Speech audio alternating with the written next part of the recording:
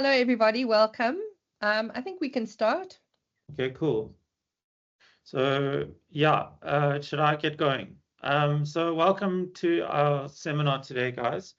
The purpose of today is to launch our white paper on AI that the ACA has put together. Myself and Tim, who is on the call, have authored this over the last few months, and we have it's called Marketing with Machines, is the title of our paper. The paper will be available for download at the end of the seminar. So everyone can take it away and read it and hopefully get value from it. The thinking behind why we put this paper together is, I think we're hearing a lot from our members about the need to understand how AI is going to impact the marketing industry. And so what we've tried to do in this paper is take a sort of comprehensive look at how AI is going to reshape the marketing business, both from the agency side and the brand side. I think by nature, AI is a very big topic. Tim and I, have spoken about writing a book or a much more extensive work because it's very hard to cover this topic in a short paper. But I think our objective here is really to give some direction to how to think about the impact of AI and how to start modeling the impact that it's going to have on your businesses. So Tim and myself authored the paper. We've got Mpumi and Musa and Gail who will be joining us on a panel discussion a little bit later, moderated by Gillian. And so the first part of today, we're just going to take you through the paper and our kind of primary arguments and points, and then we're going to have a conversation about it at the end. Okay, so the first thing I wanted to talk about is how bad or good, depending on your perspective on this, will it get? So where is this going to get to? What is the end game in the AI world in terms of marketing? And so we start the paper with this quote from Mustafa Suleyman, who founded Google DeepMind. He wrote this amazing book called The Coming Wave, which I can highly recommend to everybody. And he said, AI is far deeper and more powerful than just another technology. It's not just a tool or platform, but a transformative meta technology. The technology behind technology, the technology behind technology and everything else. Itself a maker of tools and platforms, not just a system, but a generator of systems of any and all kinds. And that quote, I think, gives you a feeling for just how expansive and revolutionary this technology actually is. I think we all, in our daily use of AI platforms and tools, think we have grasped the impact of something like ChatGPT, but actually the scale of the disruption that's happening and the importance of this technological moment is hard to get your head around because it is so huge and it is so transformative. And one of the reasons for that is that modern work, the work that pretty much I'm sure everyone on this call does, is largely a brain thing. Most people, particularly but not exclusively in the developed world, we earn a living by applying our knowledge and understanding and mental capacities to complete tasks. And this is true from everyone from the CEO to a data capturer to a call center agent. We're using our brains as our economic vehicle. And AI is coming along. Essentially, if you listen to the most optimistic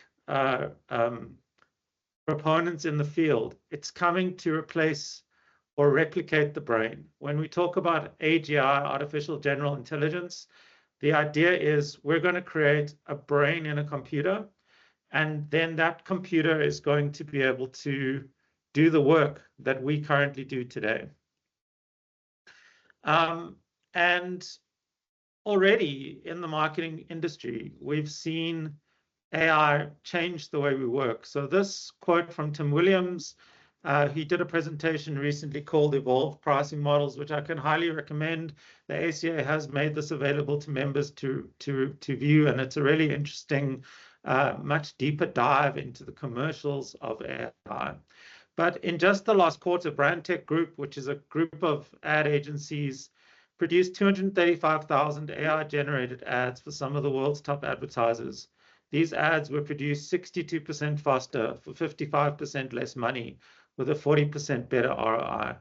And that is quite a big claim being made there, because one of the biggest challenges, and you'll see this coming through later in this paper, is how we're going to continue to make money in an industry that has largely been about selling hours to clients. The thing about AI to really grasp is that this quote from Sam Harris, the moment we get something that is truly general, this thing will be immediately superhuman. Your calculator in your phone is already superhuman for arithmetic. The moment we get this omnibus suite of capacities, we have to recognize that human-level intelligence is a mirage. When all this gets knit together, you will suddenly be in the presence of the most competent mind you've ever met. And that, I think, is a very sobering thought, is that we may talk about AI replacing or replicating the human brain, but when it can replace the human brain, it will immediately be way more capable than the human brain, because it will have access to all the knowledge that's ever been created, and there will be many instances of it that can run in parallel. And so that's the context into which we are moving as a society. And we wrote into the paper a bit of a thought experiment as to what this could look like in the advertising business. I'm just going to read that to you. So imagine this: a corporate brand invests in a creative marketing agent. This agent is connected to all important data within the corporation, as well as to all key third-party data sources. Once up and running, it is constantly monitoring economic conditions, supply chains, competitors, and communications. It is tasked with identifying market opportunities and devising strategies to capture them. This system proactively suggests advertising campaigns to the marketing team, comes up with insights, generates ideas, and proposes copy lines and visual treatments. Once these are approved, it produces the final materials in minutes: print, radio, TV, digital, etc., including copy, visuals, video, and audio. After some tweaks from the client and a final digital sign-off, it proceeds to campaign flighting. It interacts with sell-side media systems to negotiate flighting costs and secure a media schedule, negotiations which take place nearly instantly in machine code unintelligible to humans. It then automatically publishes the material directly to digital media and into a print supply chain where necessary. From the moment the campaign goes live, the system collects and processes hundreds of performance data points and dynamically adjusts the creative and media plan to optimize for best results. So that's the best we could do at sort of thinking about where we land once this technology has matured. And this is not a distant future prediction here. This is something that's a year or two away. And the impact for those on the call that work in the marketing and advertising world, the impact on the ecosystem of the industry is hard to quantify. Tim. Thanks, Jared. Yeah, I mean, I think that's a good link in, because that impact is hard to quantify. We don't have a crystal ball. But based on the academic and industry literature and the discussions that we've had with a range of people in the field, we have identified some signs and trends that indicate where and how agencies will need to reevaluate their role as AI is increasingly adopted, not just within agencies, but across the value chain. So broadly speaking, agencies have traditionally been valued for their creativity, for their strategic expertise, and for the ability to execute campaigns at scale. And what we're seeing is that those first two things remain as relevant as ever, if not more relevant. But it's the third one that is really going to be impacted. And the kind of trend, the broad macro trend that we see, is a shift from agencies moving away from execution and towards orchestration. So, less about kind of making things and more about making things work across the whole value chain. The specifics of how this affects agencies will differ based on the kind of different categories of agencies. Each will have their own kind of distinctive business opportunities and risks, but it will compel all of them to look at new service offerings and new business models. And what we've also found is that AI is inherently an integrative technology, which I'll touch on in a little bit more detail, and that agencies who are able to use AI to integrate across disciplines are going to be really well placed. If you could just move onto the next slide there, Jared. Thanks. So this first aspect, the shift from execution to orchestration, it's an operational challenge, certainly, to kind of develop the skills to identify and configure the tools that are most appropriate to meet client goals. I think anybody on this call who's currently working on, let's say, production tasks using AI will know that it's not just about, coming up with a really good prompt, although that's really important. It's also about which tools to use and how to get all of the different tools working together. There's also, when you're working with AI, and again, this is something we'll all have experienced, a particular challenge in making sure that the output is on brand, that it's culturally appropriate, and that it supports the business objectives. And we think that because of the imperative that agencies have to develop these skills, and specifically to develop the skill of managing hybrid human and AI teams, yes, this is a big challenge, but we think that it is actually potentially a saleable and competitively useful skill set for agencies to develop. So the kind of new service offerings and business models that we've looked at, Jared mentioned at the outset that the idea of billing for hours when a lot of the work itself is actually being automated by AI is very quickly going to become redundant. So, we think that there's going to be, and we've already seen evidence of shifts towards more value-based billing, where agencies actually charge for outcomes rather than on a time and materials basis.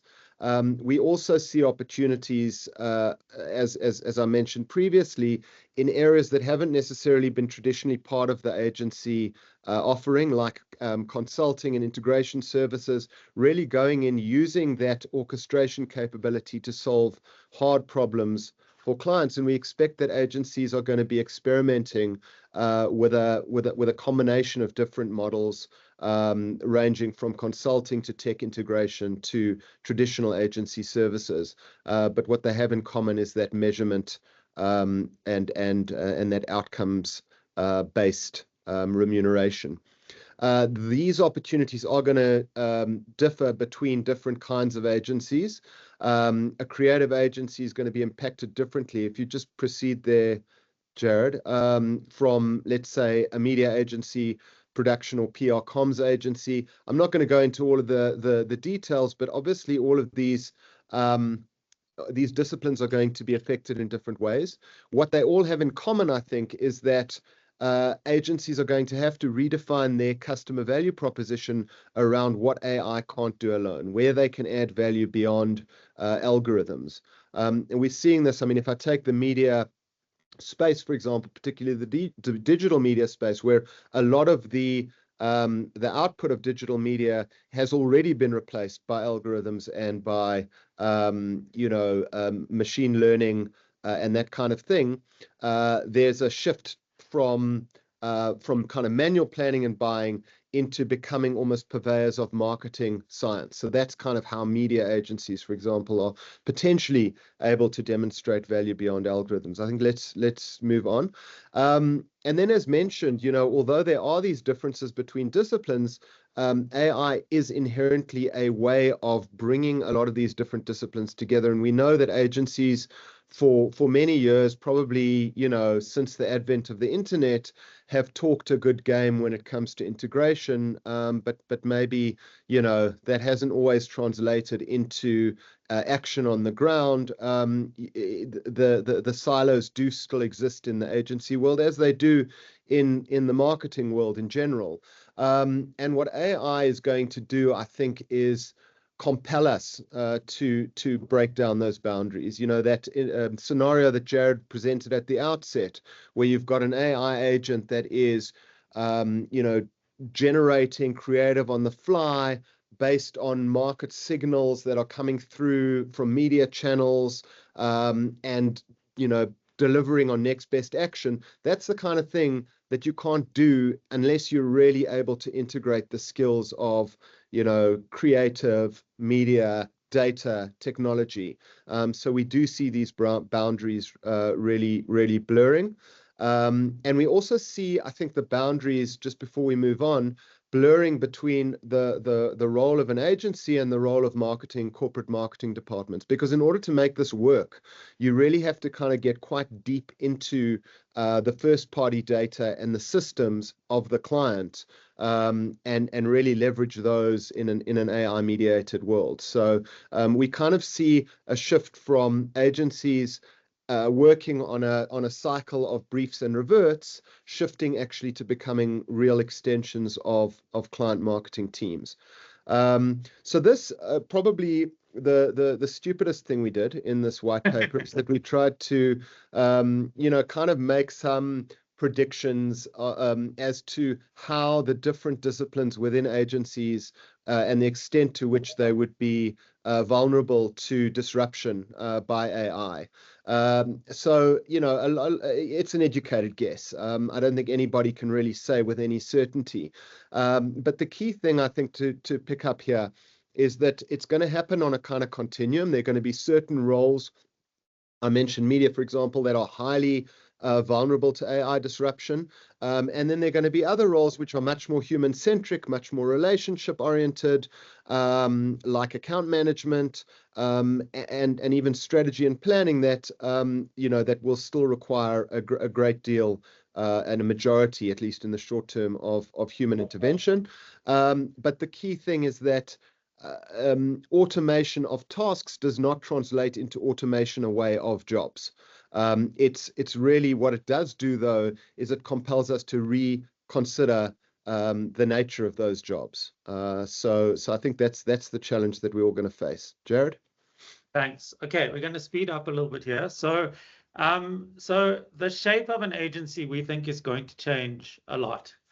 And I guess one of the things Tim and I maybe have a slightly different view on is how many jobs are going to be disrupted, and whether those jobs are actually going to be able to be replaced. And we can talk about that in the panel. So Forrester predicts about 7.5% of advertising jobs could be automated away by 2030. And the report goes on to say that process-heavy or entry-level roles are most at risk, whereas creative problem-solving roles will thrive or even increase in importance. And I think in the research we've done, junior jobs are already very, very much at risk of declining, which raises the important question of where the seniors of the future are going to come from if there are no entry points into these businesses. I think certainly in the immediate term, we need to think of AI in this concept of co-intelligence. Ethan Mollick, who coined this term, and there's another worthwhile book to read about this topic, is AI being a co-intelligence, really thinking of it as the way you would think of an employee working alongside your human employees as an enhancement mechanism for the work that they do. And there's this idea that AI-forward organizations should think of a diamond structure rather than your classic pyramid. Your idea is that you've got a strong core of senior experts who lead strategy and ideation, supported by a layer of AI-empowered mid-level specialists with fewer menial junior tasks. And I think, you know, it's a question that I have, which is, we know that agencies make a lot of their money on those junior level people. And so it's not 100% clear to me how the economic model of an agency reshapes, but this diamond shape does seem to be what is going to emerge. Very few people in the junior roles, a bulging middle, and then a couple of people in the senior roles. What we do think is that agencies need right now to cultivate a mindset of continuous experimentation.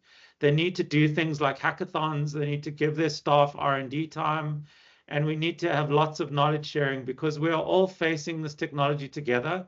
And it's moving so fast that it's very hard to keep pace with the speed at which the technology is moving. And so really now is the moment to be experimenting. We've got some people full-time working at VML that are just experimenting with AI to see how it's going to reshape the business.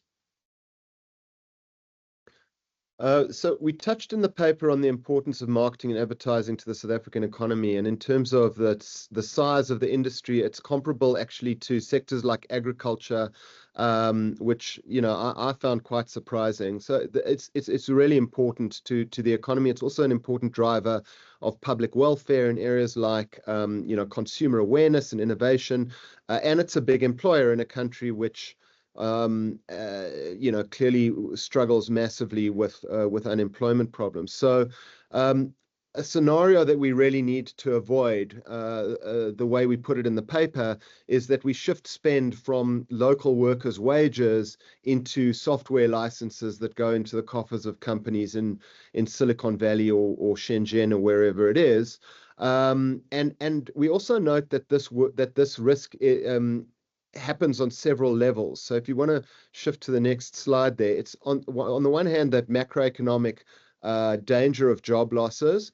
The microeconomy, as Jared alluded to, if we are moving into these diamond-shaped organizations, will be, you know, juniors' jobs being more at risk and potentially hiring into the industry will decline. And youth employment being what it is, that's a serious problem. The other problem that we touch on, but clearly don't have the space to really address properly, it needs its own paper or book, is the kind of cultural aspects of what adoption of AI is going to mean, particularly given that a lot of these models have been designed with a kind of Western English-speaking bias. And I actually, you can probably see clearly that I created that image using AI. It's a little bit cringy, but they got Hillbrow Tower right. What they didn't get is that all the cars are driving on the right-hand side of the road. It's a fairly trivial example, but I think if you look deeper, there are going to be major, you know, kind of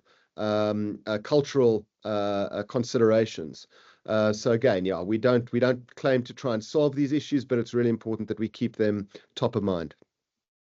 Okay, then we've also touched in the paper on the regulatory side of things, and really most of this is, again, like dealt with quite briefly, but these are things we think you need to think about in adopting AI. Intellectual property and copyright is obviously a big outstanding question. There are lots of lawsuits going on at the moment that haven't been settled. The whole issue around transparency and disclosure, do you need to tell people when you're using AI? Is it something that the consumer is going to respond negatively to if you're using it without disclosing it? There's big questions and issues around data security and privacy. When you upload your strategy document to ChatGPT, what happens to that document? Does it land up in the training data of the AI companies? Bias and misinformation, Tim touched on it there. There's a huge Western bias to AI systems. And obviously the whole issue of misinformation, as these things get better and better at replicating voices and videos, what impact is that going to have? Accountability and autonomy.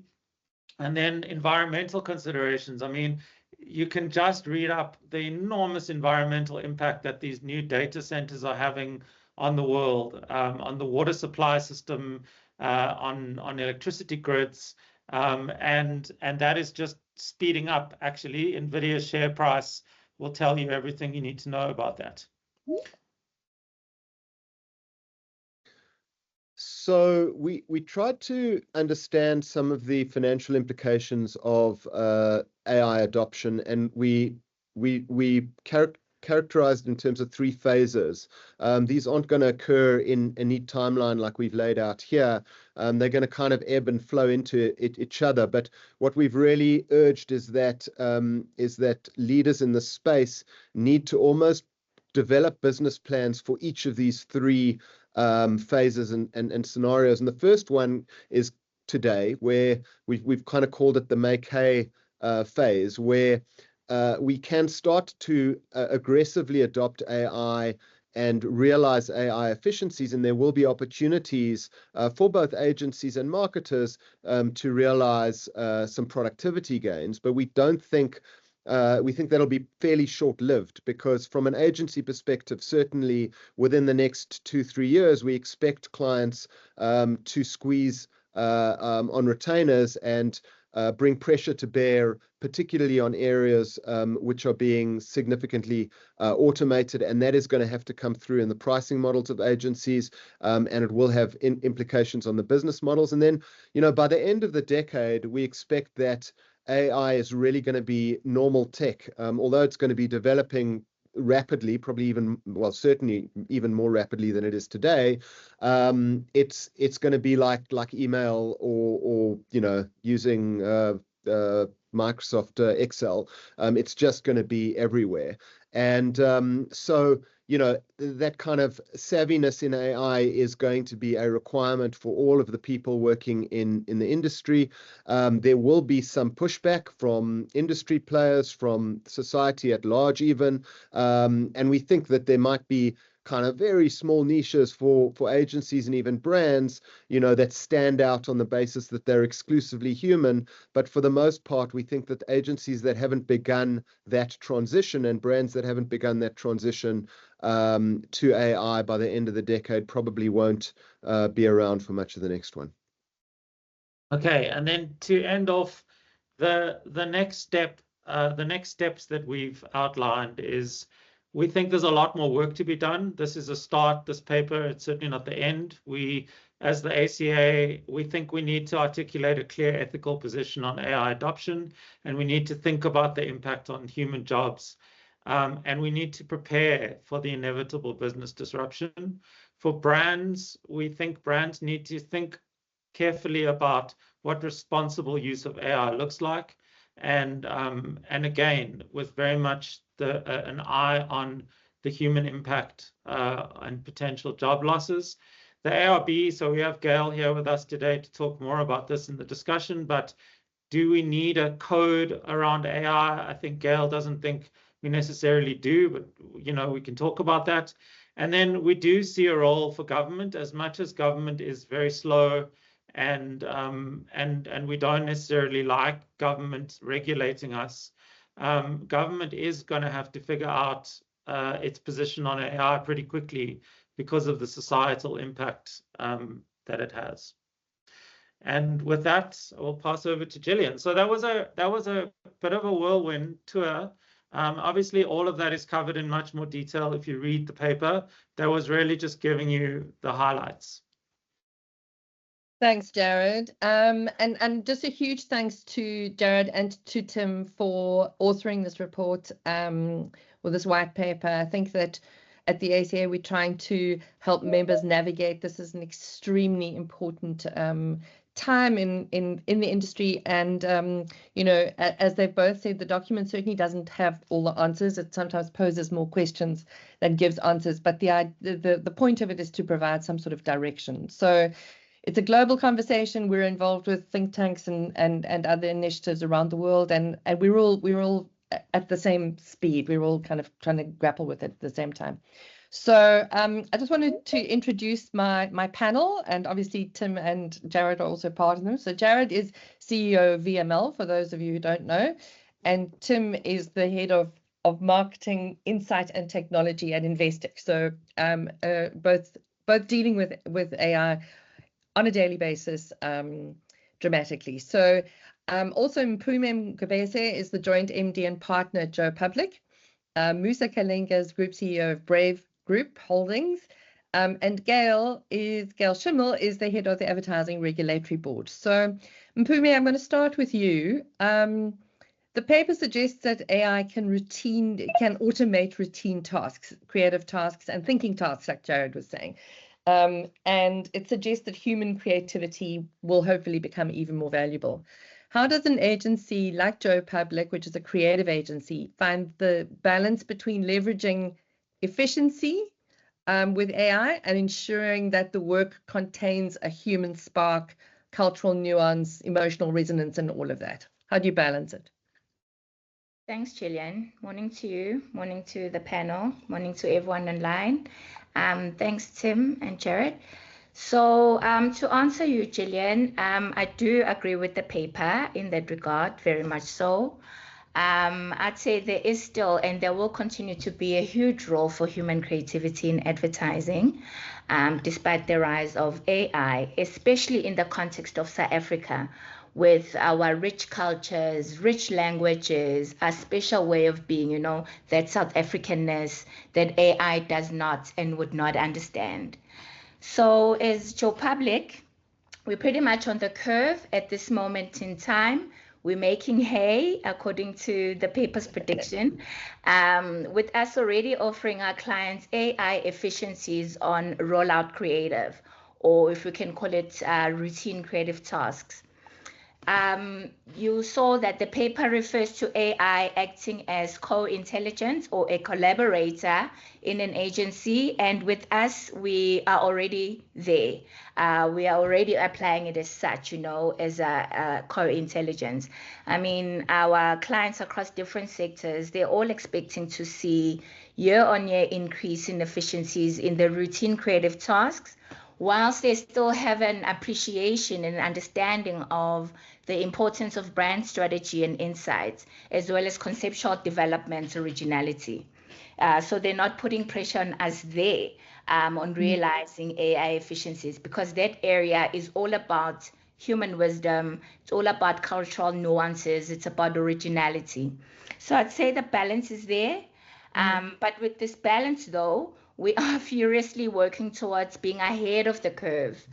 The pressure is mounting, as you've seen in Tim's presentation, that you know, the predictions of the agency of the future, the role of the agency in the future, in the AI age is evolving. So we've no choice but to be ahead of the curve in order to continue to offer value to our clients in the form of creativity for the work that requires conceptual thinking and original brand ideas. Yeah.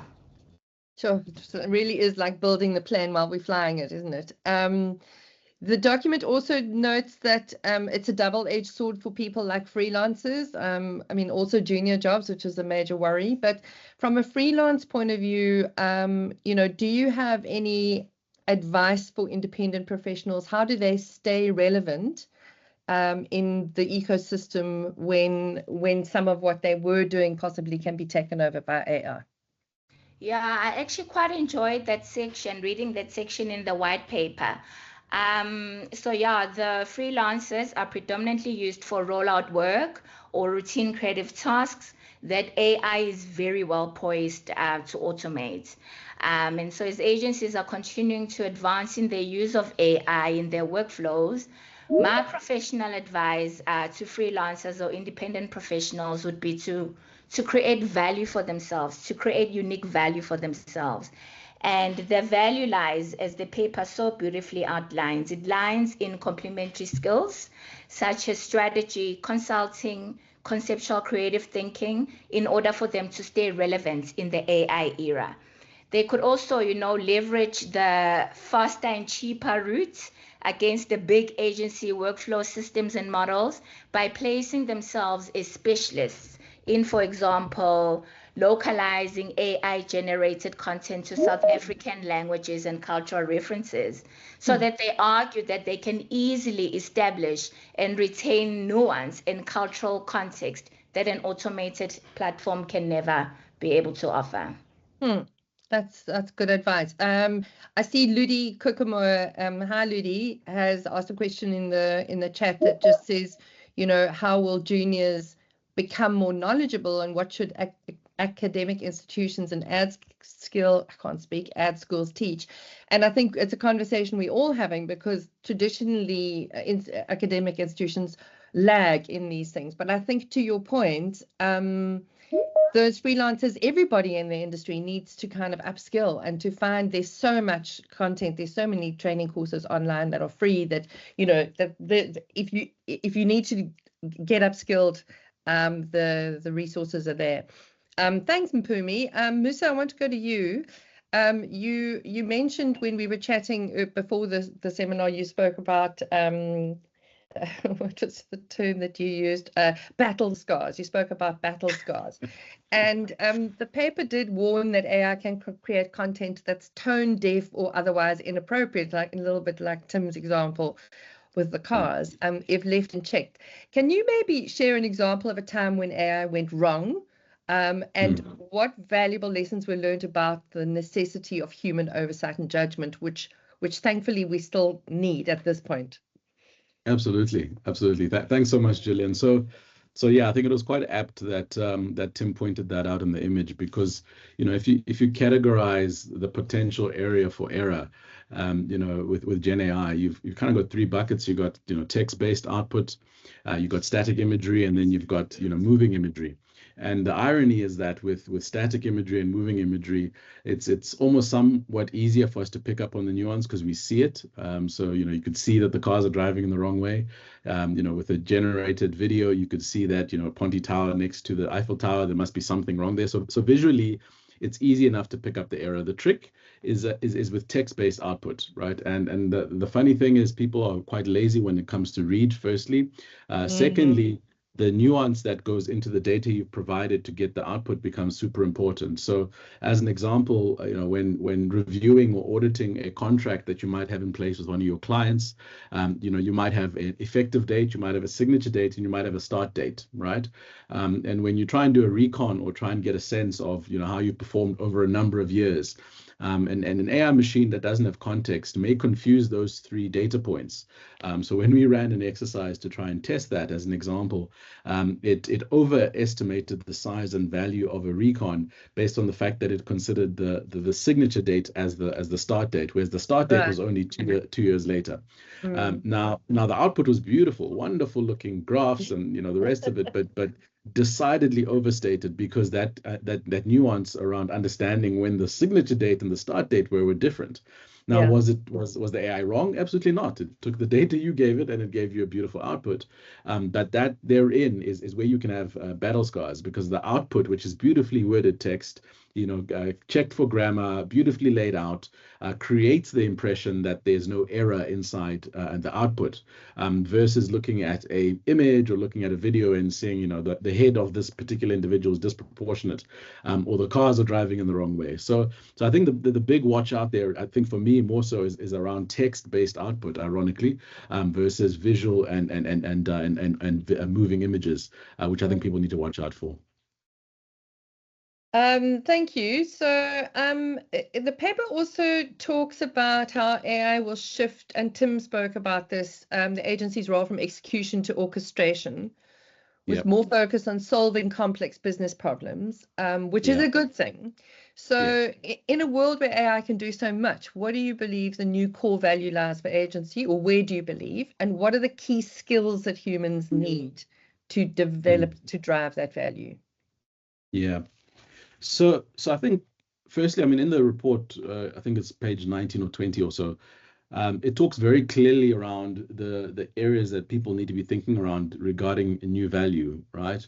And we've touched on them. There's new models in terms of how agencies are showing up to partner with big organizations, and you have to think about that on a strata, from massively complicated global or multinational structures right down to, you know, localized businesses. So there's number one, there's that to solve for. It's finding the fit for purpose match to be able to give the right value to the correct organization given its own own set of complexity.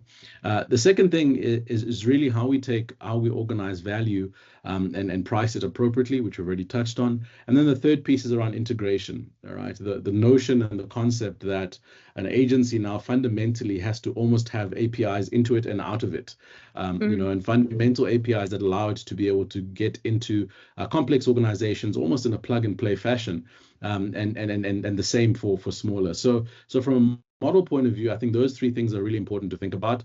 I also think, on the conversation around value creation, I suppose the one area where I think we should be very careful is when we talk about junior roles versus senior roles, because the implication when we say junior roles is that we are also saying people who don't have experience, right? So when we talk about junior, we're saying it's someone who's fresh out of varsity. So my watch out there is, we've recently run an experiment to try and establish if we took what we call empty cups, which is, as we call them, juniors, and if we expose them to everything that we know about AI, if we build frameworks and we build very clear models for them to follow, we try to test if they could get up to speed from an efficiency perspective with what a senior resource could deliver. And within 14 days, we proved that it is possible to take a empty cup and give them sufficient knowledge, skill, and training to almost have them operate within 80 to 90% of the output that a senior staff member would have. So what that means is that we need to be cautious about saying, the juniorization of roles is really going to be a challenge. The actual issue is about cognitive tasks and less cognitive tasks, right? Because at some point, provided you've given all the frameworks and the right kind of integration, the cognitive ability of the individual to be able to take that information and do something with it becomes the differentiator. And so the categorization of tasks going forward, I think, is going to evolve to be less about junior versus senior, but more about more cognitive versus less cognitive roles within the organization.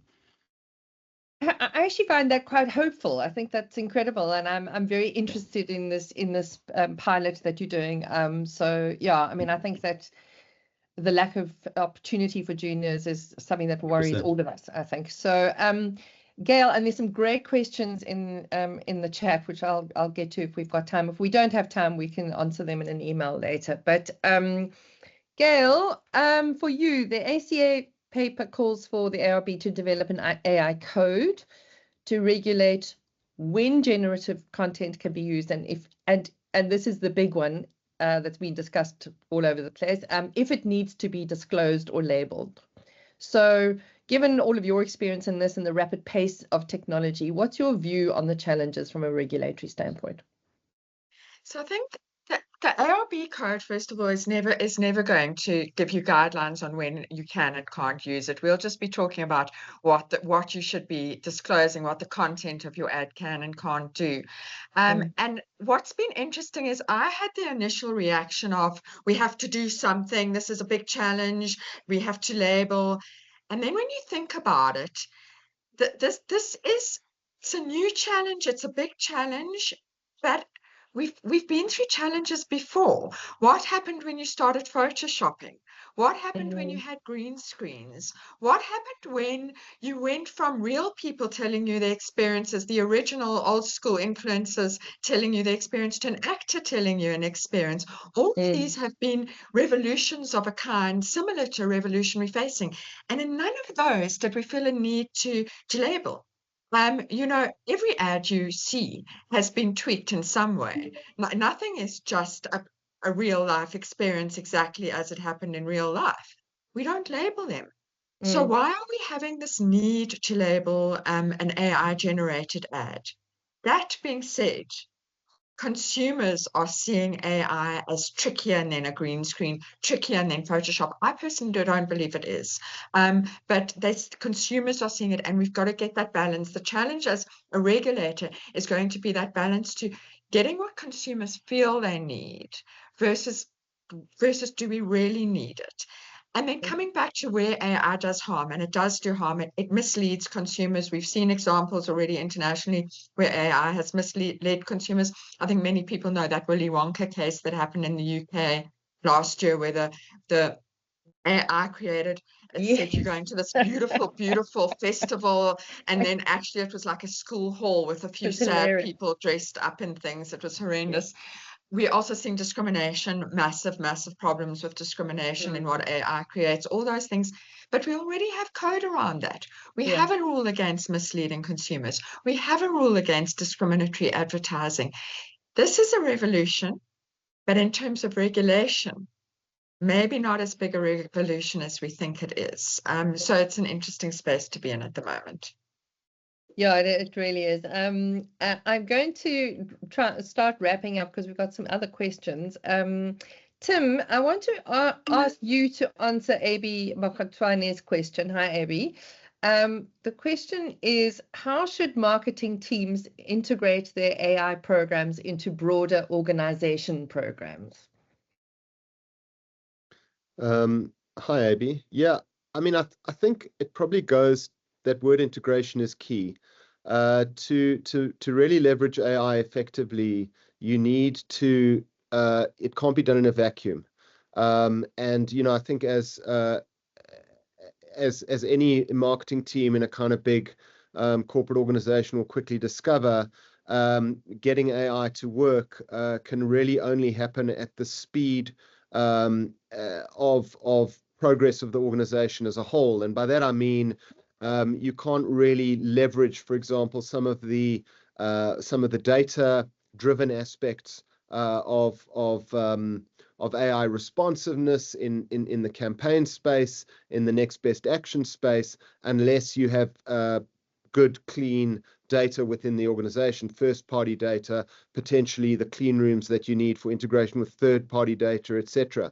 And so I think what it really does is it has this integrative effect within organizations as well, because for marketing to function properly, they need to engage very deeply with IT, with business intelligence, with a whole bunch of other departments that are going to really get it working. So I don't really have all of the answers, but I think we've got to think of it more broadly than just how is you know, what does the AI roadmap look like for marketing? It has to be an organizational roadmap. Yeah, and in fact, we were having a conversation with Google yesterday and just talking about the organizations being ready with the tech to support all of this. You know, that the AI is a tool, but what are you doing to actually support the rest? I love that comment you made, Tim, that integration can't remain a slide on a PowerPoint deck. It's actually a real thing. Tim, last question. I mean, I think Abby said, what were the things that Tim and Jared disagreed about when writing the report? Tim is an optimist, whereas Jared is the pessimist in the group. Tim, from your perspective as an AI optimist, what do you think the single biggest action companies need to take right now to ensure we don't create a talent gap? And how do we change that nature of work to keep humans at the core of value creation? I think Musa alluded to it earlier. One of the mistakes that we risk making now is taking short-term decisions in order to save costs, and we end up actually sacrificing long-term competitive advantage. So what I would suggest is that we focus much more on the opportunities now for talent augmentation, rather than on roles that can be automated away. So look at the tasks that can be automated and how automating those tasks can help people. When junior staff, and I use that word now guardedly, given Musa's comments, but they may not have domain expertise. They may not have the domain expertise that allows them to deliver value today to the same extent as their senior counterparts. But they are more likely to have that kind of AI native experience. And as they build those skills, which using AI they can do very quickly, they're going to bring a new lens to the organization, and might, you know, pick up better ways of doing things that might not be seen by, you know, people who are more steeped in tried and tested processes. So yeah, in short, I'd say it's about taking a long-term view rather than kind of focusing on those short-term improvements. Great. Jared, final question for you. We've spoken about your sort of healthy dose of realism, and there is a sense of urgency in the creation of this paper, and you're saying, like, guys, this is it, you've got to do this right now.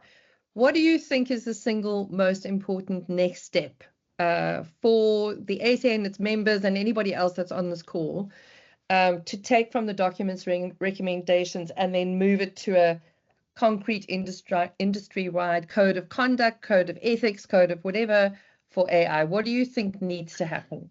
So I think we need to be a lot more worried than we are in general. Because I think the pace at which this is developing and the speed at which jobs are being replaced, if you think that AI can make one person capable of doing two people's job, that's great. But actually, at the point it can let one person do 100 people's job is where you really need to be worried. Because agencies do make most of their money by billing out hours. And it's not obvious to me at all what the replacement jobs are that are going to replace the manual kind of work jobs that we have today. So I think the reality is that we need to fight for the role of humans, not because they're better than AI, but because we're human beings that need to protect each other. And we need to choose humans, even if they're not as good or as fast as AI is at doing stuff. Because I don't really agree with what Mpumi said about AI not being able to be creative. I've seen AI be creative. I've seen AI understand the patterns in creativity over years and replicate it. So I'm not as confident that humans have something special to offer. Tim's cousin, who leads the WITS AI school, I was talking to him about this, and he very much agrees. He says AI is benchmarking higher than humans on everything they've tested. So I think we need to choose humans not because they're better or faster, but because we have to look after each other. And I think that's the most urgent thing, is we need as an industry to say, it's great that these tools are fast and efficient and cheaper and all that stuff, but actually we need to be about looking after human beings in the equation. And if we don't do that deliberately, we're going to get steamrolled by this technology in a way that is very problematic to society. So I'm less about pessimism and more about let's get moving. Let's take action here before the foregone conclusion arrives. Thanks, Jared. Yeah, I mean, I think that it's we don't have a crystal ball, but I think that it's almost we're chasing this thing, and we need to try and sort of stay ahead of it as much as possible, and to try and safeguard jobs for all the reasons. I mean, Tim Williams does mention in that seminar, and I'm happy to share the link if anybody wants to write in to get the link. He does, suggest that while jobs will be taken, there will be new jobs that will emerge. And I think, to Ludi's point and to everybody's point is, how do we upskill? How do we keep jobs? How do we keep the ways of working might change, but how do we actually make sure that we have a sustainable model? So thanks, everyone. I think we're going to wrap up. There's a QR code on the screen. You can use that to download the paper. We'd love your feedback. We'll take a look at some of the questions in the chat and see if we can answer those by email.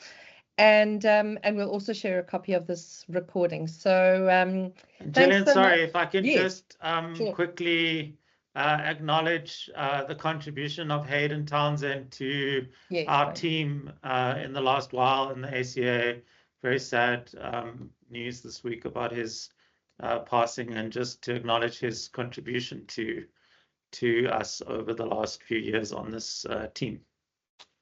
Thanks, Jared. In fact, maybe what I'll share when we send this link is, last year we did an FE dialogue on AI. Jared was on the panel, Hayden was on the panel, and we had an intellectual property expert, a lawyer, Stephen Hollis. Who else was on the panel? I can't remember now. But someone from Google. Otwell from Google, and it was actually a fantastic conversation. So I'll share the recording, and yeah, just in honor of Hayden and his contribution. So thank you for that, and thank you for joining us. Thanks, Onwards. everybody. Have a great day.